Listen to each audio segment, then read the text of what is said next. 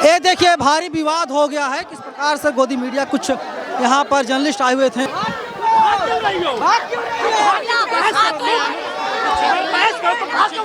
एक सेकंड, अगर ब्राह्मण हो तो हमसे बात करो, है दम तो आओ। अगर ब्राह्मण है तो ब्राह्मण से बात करके दिखाओ। आओ, नॉलेज नहीं है रत्ती भर की। कैसा सवाल पूछो? इनके बाप दादाओं ने पूरे समाज को सवाल मैंने बोला हमारे लोगों के साथ में SC ST OBC के साथ में प्लस वुमेन के साथ में डिस्क्रिमिनेशन होता है इंस्टीट्यूशन में। उन्होंने क्या कहा, आरक्षण किसके पास में?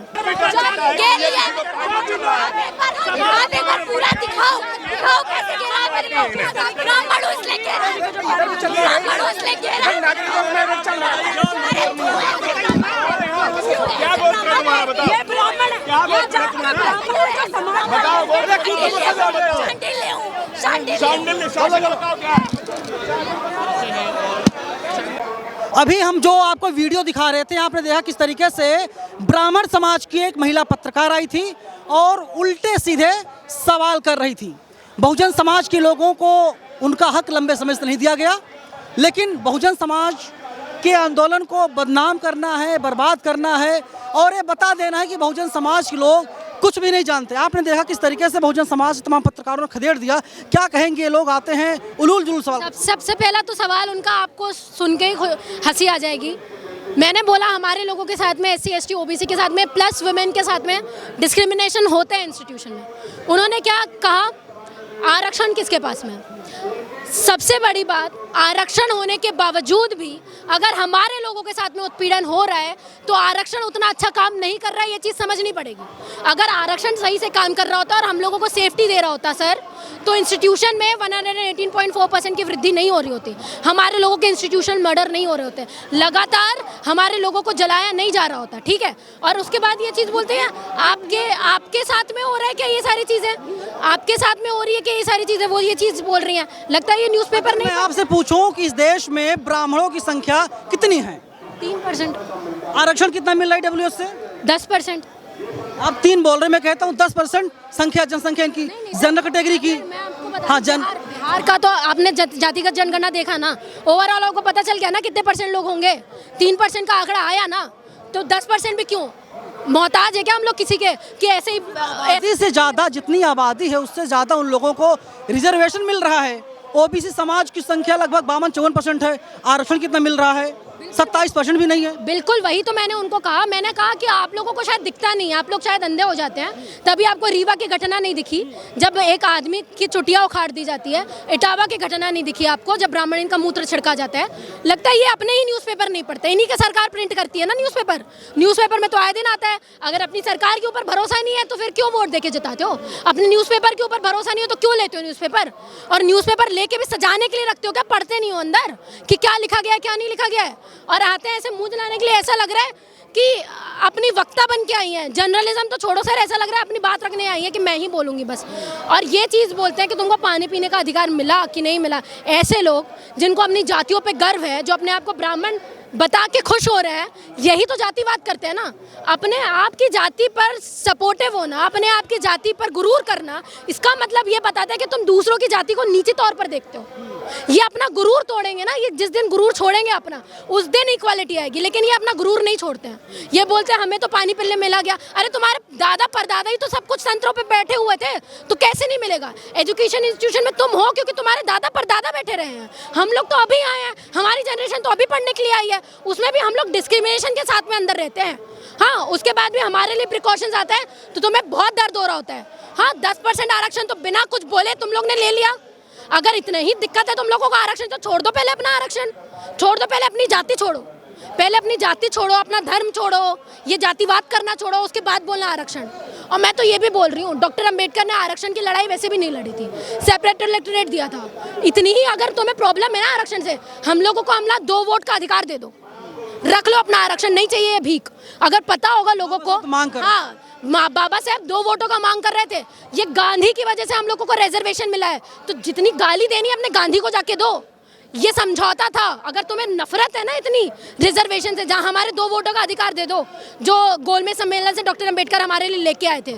ये सारी बातें बाद में करना, ये जितनी आते हो ना, ये इतना बोला इसलिए गया, इनकी सरकार बैठी है, इनके दादा परदादा ऊपर बैठे हैं सर, हैं इनकी पुलिस है यहाँ पे, जो ये देख रहे हो ना पुलिस है। पुलिस खामोश है, पुलिस कुछ नहीं कर ये रही। पूरी मूवी देखने वाली पुलिस है, ठीक है, ये अमित शाह की पुलिस है, ये यही करेगी। तो आपको समझना पड़ेगा कि हमारे लोगों के साथ में ये उत्पीड़न हो इसलिए रहा है। नया नैरेटिव गढ़ा जा रहा है कि देखो बहुजन समाज के लोगों को कुछ पता नहीं है, कुछ ज्ञान नहीं है, और जब हम लोग गए रिपोर्टिंग करने के लिए तो हमारे साथ बदतमीजी की गई। मैं गई ना, अच्छे से आराम से पूछने गई ना, मैंने ये चीज़ पूछी, आपको जो पूछना है मुझसे पूछिए। थोड़े देर बाद बीपी ऐसा बढ़ा दीदी का कि वो भाग गई। जब आप लोगों को सवाल जवाब करते बनता नहीं है तो आते क्यों? अगर चैनल खोलना है तो अपने लिए चैनल खोल लो, जर्नलिज्म करना नहीं चाहिए जब जर्नलिज्म करते नहीं आता। अगर इतना ही तुम अच्छे हो ना तो ये एक्सेप्ट करना भी सीखो कि तुम लोगों ने किया है जातिवाद, ठीक है। अगर नहीं किया होता ना तो फर्क नहीं पड़ रहा होता तुम्हें। ये जितने तुमने बौखलाहट हो रही है ना, इसलिए हो रही है कि आगे चल के तुम जातिवाद कर नहीं पाओगे, इसलिए बौखलाहट हो रही है। जो नहीं करता उनको फर्क नहीं पड़ता, जो नहीं करता, जो जैसे रह रहा था वैसे ही रहता। कई ब्राह्मण लोग हैं जो सपोर्ट कर रहे हैं इस चीज़ को, आपसे भी नहीं छुपाए, मुझसे भी नहीं छुपाए। कई यूनिवर्सिटी में मेरे प्रोफेसर है जो सपोर्ट कर रहे हैं, जिनको पता है कि जातिवाद होता है, उनको पता है हमको गिरफ्तार करके नहीं लेके जाएगा क्योंकि हम लोग नहीं करते। तुमको प्रॉब्लम इसलिए हो रही है, कल को तुम ओबीसी को आगे कर देते थे ना, तुम जातिवाद करते थे तो किसी ओबीसी को खड़ा कर देते थे कि ओबीसी का चेहरा दिखा दिया, इनको गिरफ्तारी होगी, इनको लेके जाया जाएगा। अब ओबीसी को इंक्लूड कर दिया गया तो तुम्हारे पेट में दर्द कि कल को जातिवाद होगा तो हमें ही गिरफ्तार किया जाएगा, क्योंकि तुम हो वैसे, तुम्हारे दिमाग में जड़ों में है जातिवाद, है ना। ये चीज़ तुमसे छूटती नहीं है। जिस दिन ये चीज़ छूटेगी ना उस दिन आके हमें बोलना रिजर्वेशन छोड़ने के लिए, उस दिन हम बेशक छोड़ देंगे, बहुत आराम से छोड़ देंगे। आगे क्या भविष्य देखती हैं? आज जो बड़ा आंदोलन हुआ, ये मैं आपको एक रियलिटी चेक भी दे देती हूँ। आपको लगता है कि ये उन लोगों की तरह होगा कि 3% लोग नीचे आ जाते हैं, 3% लोगों की बात सुन ली जाती है और स्टे लग जाता है? बिल्कुल नहीं। ये संघर्ष पेरियार से लेके डॉक्टर अंबेडकर से लेके ज्योतिबा फुले से लेके तमाम जितने भी हमारे बड़े नेता रहे हैं, हमारे लीडर्स रहे हैं, तब से चलता रहा है और ये संघर्ष आज भी चलेगा। तो अगर आपको लगता है कि आपकी बात एक बार में सुनी जाएगी तो बिल्कुल ऐसा नहीं हो सकता एक बार में सुनी जाएगी। आपको जगजीवन राम कहा करते थे पहली पीढ़ी के लोग मारे जाएंगे, दूसरी पीढ़ी के लोग जेल जाएंगे, तीसरी पीढ़ी के लोग राज करेंगे। तीसरी पीढ़ी चल रही है लेकिन इसको मारने और जेल में डालने की पूरी कोशिश है। नहीं, मैं आपको एक बात बताऊँ, वो तब होता सर जब सही तरीके से एक कॉन्स्टिट्यूशन इम्प्लीमेंट किया जाता, ठीक है। हमारे लोगों को मारा पीटा जाता है हमारे, और दिक्कत पता है क्या है? मैं आपको एक और चीज़ बताती हूँ, आपको बहुत बुरी लगेगी, लेकिन कांशीराम साहब ने ये चीज़ बोली थी कि कुछ लोग चमचे हो जाते हैं। ये चमचे हो जाते हैं जो हमारे लोग बिक जाते हैं ना वहाँ जाके पार्टीज़ में जाके, जो पार्टीज़ की सिर्फ पार्टीज़ की बात करते हैं। अरे तुम बात करते हो डॉक्टर अम्बेडकर के, वो कांग्रेस में थे ना तो भी अपनी मर्जी से थे, अपनी शर्तों पर थे। तुम अगर अपनी शर्तों पर नहीं रह सकते किसी भी पार्टी में जाने के बाद भी, तो तुम्हारे अंदर डॉक्टर अंबेडकर का खून बिल्कुल भी नहीं है। ये चीज़ बिल्कुल मत बोलो कि तुम डॉक्टर अंबेडकर के खून वाले हो। अगर होते तो अपनी शर्तों पर रहते, तुम्हें पार्टी का मोहताज बन के नहीं रहना पड़ता। तो ये चीज़ आपको समझनी पड़ेगी कि गद्दारी हमारे लोग भी करते हैं। ये वो कहते हैं ना कि हाँ, कुछ लोग अंदर के गद्दार होते हैं जो पूरी कम्युनिटी को खोखला करते हैं। ये वो लोग हैं, हमारे लोग हैं ना जो ऊपर बैठते हैं, जो आज भी मिनिस्टर जिनके मुंह नहीं खुल रहे हैं यूजीसी के गाइडलाइंस के ऊपर। दूसरे आप समझिए, पासवान, मेघवाल जी, बताती हूँ, जब यूजीसी के गाइडलाइंस आई थी ना सर, स्वर्ण कितने भी कहीं कोई दूसरी पार्टी में क्यों ना हो, सबने अपना रेजिग्नेशन दिया है। सारे बड़े बड़े इंस्टीट्यूशन में जितने भी ऑफिसर्स रहे हैं सबने अपना रेजिग्नेशन दिया, लेकिन हमारे लोग सपोर्ट तो करेंगे नहीं, बैठे हुए हैं गद्दियों पे। कहाँ गया चिराग पासवान, वो जिन्होंने अपना वोट लिया था, कहाँ गए?